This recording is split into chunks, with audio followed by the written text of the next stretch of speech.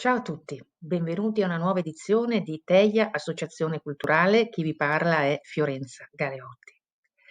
Oggi parliamo di un grandissimo poeta latino, Tito Lucrezio Caro, e la sua celebrazione della vita e dell'amore.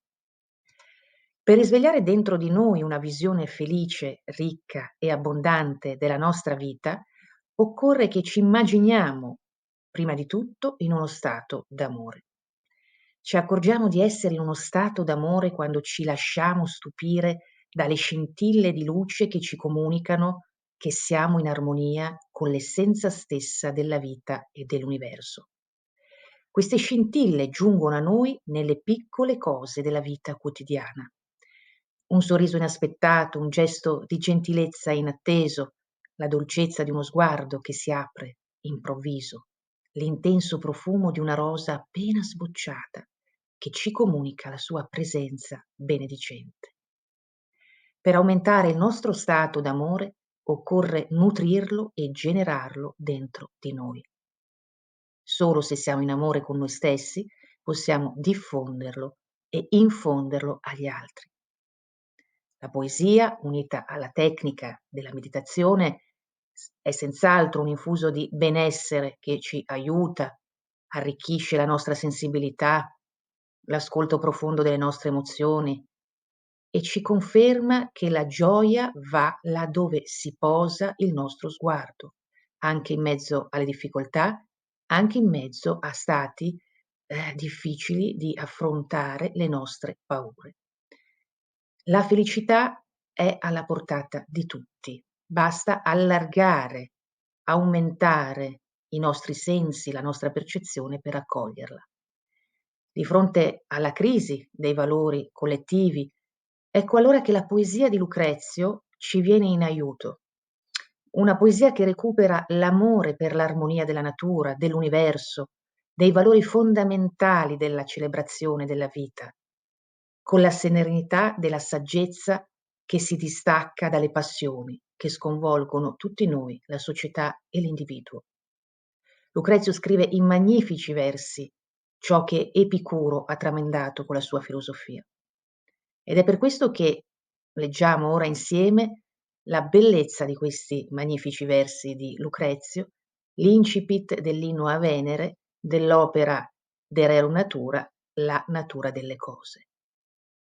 L'apertura del testo è dedicata all'invocazione a Venere, la dea dell'amore, principio vitale della continuità dell'esistenza, cui Lucrezio chiede innanzitutto il favore affinché gli conceda la grazia e la bellezza poetica per il suo impegno di divulgazione e spiegazione della filosofia di Epicuro nel mondo romano.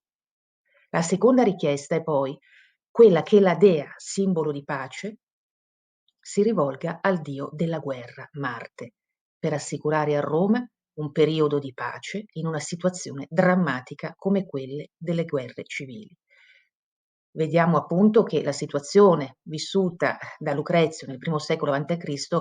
è molto simile alla nostra, che viviamo ai nostri tempi in una crisi di valori collettiva, in cui l'unica salvezza è comunque proteggere, tutelare e custodire comunque una gioia interiore che sia imperturbabile, che sia eterna, che è il nostro senso vero e autentico di vivere nella bellezza.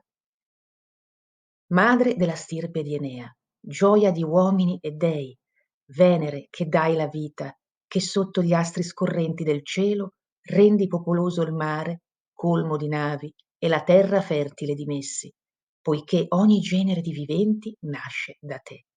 Sorta contempla la luce solare. Te, dea, te fuggono i venti, te e la tua avanzata il cielo nuvoloso. Per te la terra industriosa fa sgorgare i fiori. Per te sorridono le vaste superfici del mare e placato splende il cielo di una diffusa chiarezza. Non appena s'è spalancato lo splendore primaverile dei giorni e libero prende forza il favonio fecondo. Come primi gli uccelli preannunciano te, dea, e il tuo arrivo i cuori toccati dalla tua energia vitale. Poi bestie feroci e greggi scorrazzano per pascoli, felici, e guadano rapidi torrenti. Così, preso dalla magia, chiunque ardente ti segue ovunque lo porti. Infine, per mari e monti e fiumi impetuosi e per le magioni frondose degli uccelli e per i campi verdeggianti, infondendo a tutti per i petti un dolce amore, fa che con passione le stirpi propaghino secondo il genere. Poiché tu sola reggi la natura, e nulla sorge senza te nei divini mondi della luce, né accade alcunché di lieto o piacevole. Te voglio come compagna per comporre i versi ch'io provo a scrivere sulla natura delle cose. Per i discendenti di Memmio, che tu, dea, hai voluto si distinguessero, ornata d'ogni dote. Ed ecco, su questi magnifici versi di celebrazione della pace, dell'amore, della vita, anche oggi raccogliamo questi preziosi insegnamenti, li teniamo nel cuore e aumentiamo la nostra gioia interiore.